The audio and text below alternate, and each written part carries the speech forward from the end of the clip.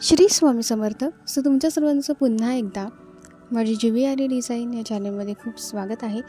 आज इथे मी घेतलेला आहे ब्लाऊज. हा ब्लाऊज आहे डार्क ग्रीन कलरचा. इथे मी ब्लाऊज घेतलेला आहे जो खूप सिंपल आहे आणि ह्याच्यावरती आरी वर्क केल्यानंतर तुम्हाला हा ब्लाऊज नक्की आवडेल, कारण आता तो दिसायला खूप सिंपल दिसतो आहे. बिफोर आरी वर्क आणि आफ्टर आरी वर्कमध्ये ब्लाऊजमध्ये खूप फरक पडतो, कारण आधीचा ब्लाऊज आणि आरी वर्क केल्यानंतरचा ब्लाऊज खूप सुंदर दिसतो.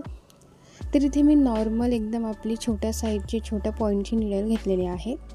त्याच्यानंतर ह्याच शेडचा मी थ्रेड घेतलेला आहे, सेविंग थ्रेड. त्याच्यानंतर इथे पहिले मी राईस बीड घेतलेले आहेत. राईस बीड आधी मी त्या थ्रेडमध्ये लोड करून घेतलेले आहे. थ्रेडमध्ये लोड करून झाल्यानंतर फॅब्रिक ग्लूने मी त्यांना चिटकवून घेतलेले आहेत.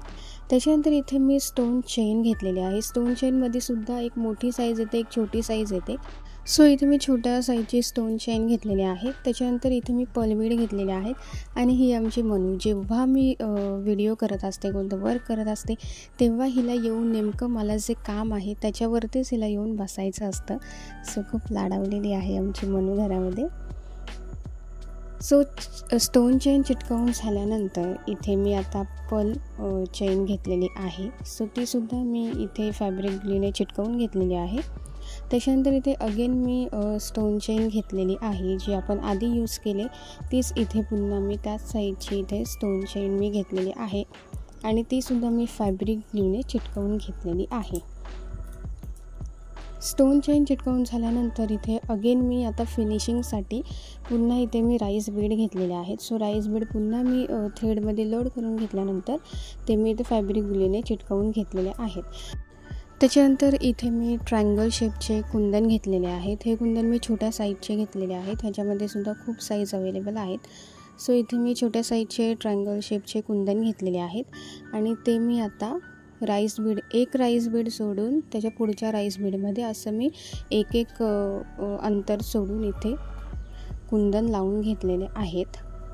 आपण इथे फॅब्रिक ग्लूने rice bead, stone chain, pearl bead आणि अगेन राईस बीड आपण जे चिटकावून घेतलेले आहेत ते एकदम प्रॉपर जर तुम्ही ब्लाऊजवरती चिटकावले तर ते अजिबात निघत नाही. तरी पण जर तुम्हाला वाटत असेल तर तुम्ही निडलने ह्याला फिनिशिंग देऊ शकता. म्हणजे एकदम ब्लाऊजमध्ये फिक्स करण्यासाठी तुम्ही त्यांना थ्रेडने शिवून घेऊ शकता. इथे आपले कुंदन लावून झालेले आहेत आणि तुम्ही बघू शकता की आपल्या ब्लाऊजला खूप सुंदर असा लुक आलेला आहे. आता इथे मी घेतलेले आहेत golden Beed, 3 mm golden Beed आणि त्याच्यानंतर 2 mm गोल्डन बीड, असे मी 2 गोल्डन बीड घेतलेले आहेत. आपल्या कुंदनमध्ये जी मिडलला जागा राहिलेली आहे तिथे मी 3 mm गोल्डन बीड लावून घेतलेले आहेत आणि त्याच्यानंतर आपला जो ट्रायंगल शेपचा कुंदन आहे त्याच्यावरचा जो भाग आहे तिथे मी 2 mm गोल्डन बीड लावून घेतलेले आहेत. इथे आता मी आपल्या नॉर्मल निडलने ते शिवून घेते. तर इथे एकदा आपण गोल्डन बीड निडलमध्ये लोड केल्यानंतर पुन्हा आपल्याला तो निडलमधून लोड करून घ्यायचा आहे. म्हणजे आपला जो बीड आहे तो ब्लाऊजवरती एकदम परफेक्ट फिक्स होऊन जाईल, अजिबातच हलणार नाही किंवा निघणार नाही, एकदम फिक्स होऊन जाईल. तर इथे मी प्रत्येक कुंदनमध्ये जे अंतर आहे तिथे गोल्डन बीड लावून घेते आणि ट्रायंगल शेपचा जो कुंदन आहे त्याच्यावरच्या पॉईंटला सुद्धा मी 2 mm गोल्डन बीड लावून घेते. तुम्ही इथे बघू शकता की आपला आधीचा जो ब्लाऊज होता जो खूप सिंपल होता आणि आत्ताचा आरी वर्क केलेला ब्लाऊज अजून तर कंप्लीट झालेला नाही आहे, ही शेवटची स्टेप आहे. पण तरी तुम्ही बघू शकता की आपल्या ब्लाऊजला खूप सुंदर असा लुक आलेला आहे आणि ब्लाऊजसुद्धा खूप डार्क ग्रीन कलरचा आहे. त्याच्यामुळे ही डिझाईन खूप सूट होते ब्लाऊजवरती आणि खूप सुंदर दिसतो आहे ब्लाऊज. कमी मटेरियलमध्ये सुद्धा तुम्ही खूप सुंदर असे ब्लाऊज डिझाईन करू शकता.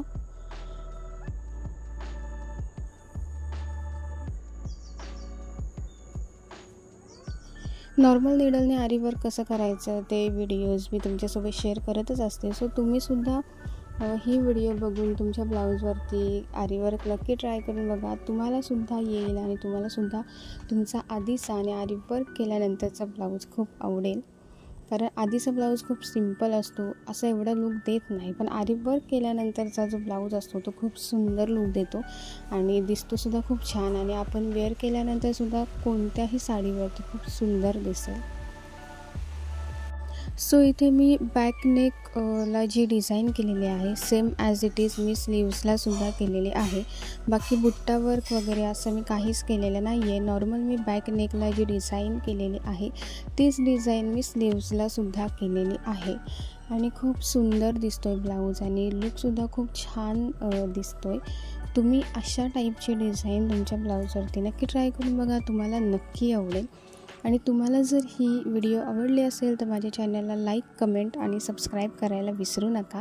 आणि तुम्हाला हा ब्लाऊज कसा वाटला मला कमेंटमध्ये नक्की सांगा.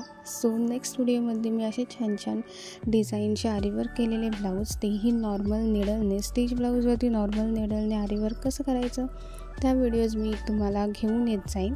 सो तुम्हाला ही व्हिडिओ आवडली असेल तर चॅनल सबस्क्राईब नक्की करा. आणि तुम्ही बघू शकता की आपला ब्लाऊज खूप सुंदर दिसतो आहे आणि इथे मी फॅब्रिक ग्लूने प्रत्येक बीड आणि स्टोनशाईन वगैरे चिटकवून घेतलेली आहे. पण तुम्ही बघू शकता की खूप सुंदर अशी फिनिशिंग आलेली आहे आणि ग्ल्यूसुद्धा कुठेच दिसत नाही आहे आणि ब्लाऊजसुद्धा खूप सुंदर जसा होता तशाचा तसा आहे. अजिबातच कुठे ग्ल्यू वगैरे लागून खराब झालेला नाही आहे. सो तुम्ही ग्ल्यू वापरूनसुद्धा आरीवर खूप सुंदर करू शकता. फक्त चिटकवून झाल्यानंतर नॉर्मल निडलने आपल्याला त्याला छान फिक्स करून घ्यायचं आहे नॉट मारून. तर भेटत नेक्स्ट व्हिडिओमध्ये अशाच नवीन आणि युनिक डिझाईनसोबत. थँक्यू.